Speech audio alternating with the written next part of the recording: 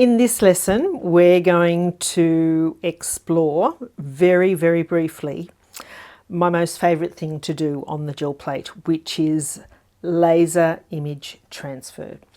I'm a keen photographer and have thousands and thousands of digital photos on file. And so when I discovered I could use my own photography on a gel plate, it was a real game changer for me. It's made a huge difference and I absolutely love it. And anyone who follows me on social media will know that. That's where my sweet spot is. I love it. So let's talk through, and I have an extensive online course in this, and I am not going to cover everything that you might want to know here in this beginner course. I feel that I just do need to touch on it briefly, but if it's something that you want to explore more, I can thoroughly recommend my complete guide to laser image transfer on the gel plate. That's not a plug, but if you really want to understand this process fully and perhaps get over a few of the hurdles and the barriers that is stopping you getting a good print, then I do suggest you give that a look. Okay, so what you're looking for is a high contrast photo, and black and white is a good way to go because it makes it very clear the contrast. It's also a bit cheaper than getting colour laser prints done. You can get them done in a copy shop, which I have spent many dollars getting lots and lots of copies done in a copy shop. But if you have a high quality laser printer at home or in the office, test it out. Some work beautifully, but sometimes they won't be high enough quality. So we're looking for a high contrast image, which you can edit in your smartphone just through the editing features, and there is a contrast slider, and there's a few other tools where you make your blacks black, your whites brighter. As I said, this is just a very brief overview because I'm keeping in mind this is a beginner's course and there is a lot to go through, but we're keeping it brief, and I thought I will just do a very quick overview of the topic. The next thing is they need to be laser prints and using toner. So we're not talking inkjet and we're not talking ink. This is a toner based laser print. That is very important. And it does help to have it printed onto quite a good quality paper so that the toner sits on top. It doesn't, if you choose to use perhaps a recycled paper or a rough paper, that toner will sink into the paper and not sit nicely on the page. And so they're just a couple of clues. These are my travel photos. So I love architecture. This is my daughter and her husband there. So that's a lovely moment when we were in Portugal together. That's a door from London. Edited, both obviously, the photos are obviously taken first as colour, but then I edit them to take out the colour to make them just black and white. And so a lovely door in London, the East End of London, some wrought iron, which, you know, creates a really good, that's from the V&A Museum. And also that was just a photograph of a pattern also from the V&A Museum in London. So you can use all sorts of things as your subjects, depending on where your interest lies. But I'm going to give my Lisbon tram a bit of a go in this one. So I am recommending Amsterdam Oxide Black, and that's where I said at the very beginning, if you only buy one black, this is the one I suggest you use. It's a good creaminess, it's got great opacity, so you can see that black square there, it's opaque, and just the texture really does respond well to the gel plate and transferring the image. So I've got my toner-based laser print, I've got my black acrylic, I've got my gel plate, which is nice and clean. And this is where you're going to have to do lots of experimenting. And this is where your art journal comes in. So I'm hoping over the course of this course, you've actually been putting all your practice prints into your art journal and recording your results. And it's no different with this. Please take note of, how much paint, what paint you're using, where you sourced your photograph from, what paper you printed onto. All these things are variables that make a difference. So I am just going to now grab a roller, which I didn't have. I washed them out, ready to go. And this is where I'm just going to apply some paint onto my plate and distribute that well.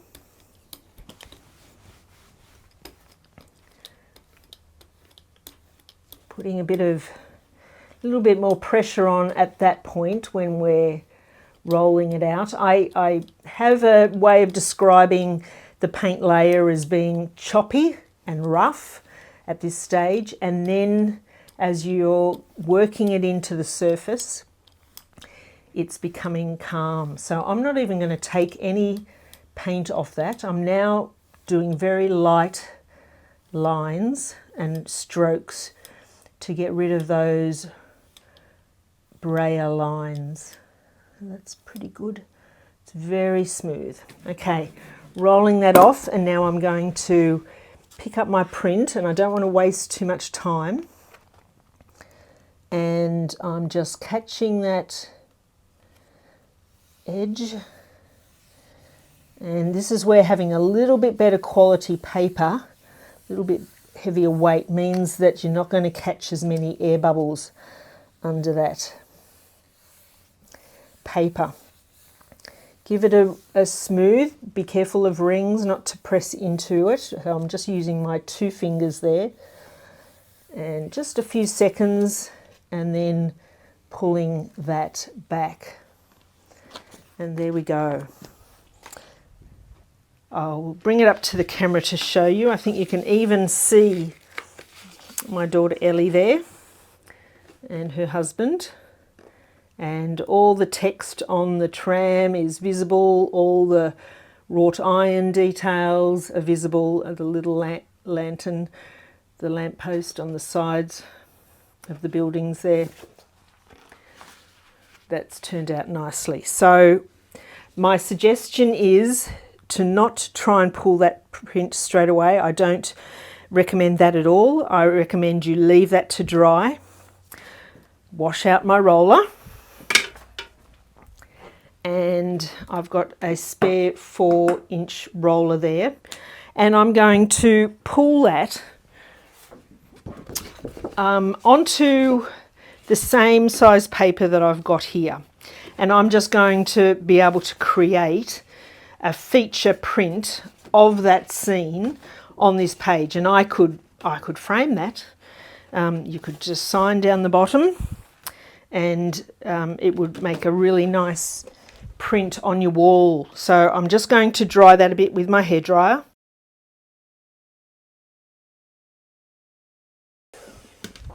Always being careful with that hairdryer to make sure that you're not getting it too hot. Okay, so using our matte gel to pull our print.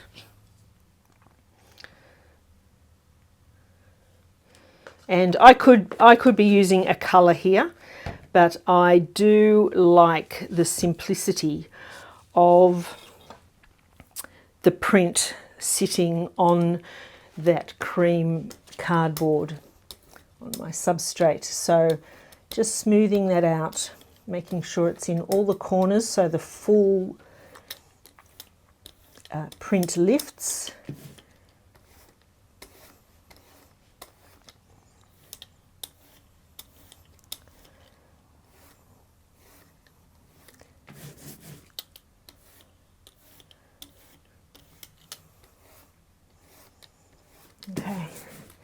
So now I'm using this as a guide for laying down this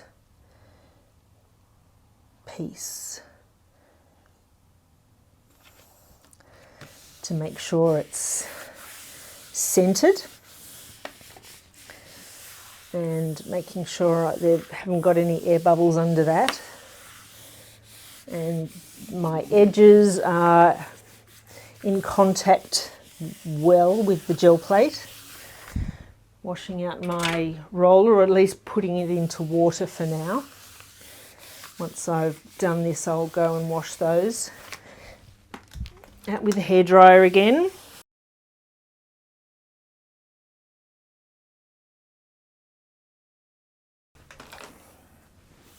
Okay.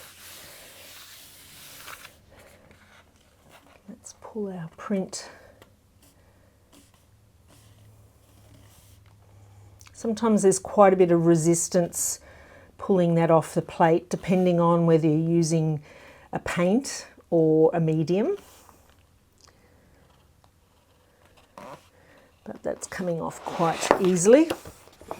And there is my image transfer. It's come up really nicely. And as I said, you could quite easily frame that. You could write, you know, the date, 1 of 1, your name, the location, and that's come up a treat. If you want to have a look closely there at the detail in that wrought iron, and in the tram. So as I said, it is a very big topic. Lots of people struggle with it, and I know that's the case. But there's too much to go into here. In my course, on my online course, I go through the stages of photography and getting good photos, how to edit them, how to and where to get them printed, and what to look for in that in this stage of getting your laser prints, and then talking all through some how to get your laser prints, and then some uses for those laser prints in art. But that's where we're going to leave it for our beginners course. Gives you just a little glimpse into how it works, and I hope you've enjoyed it.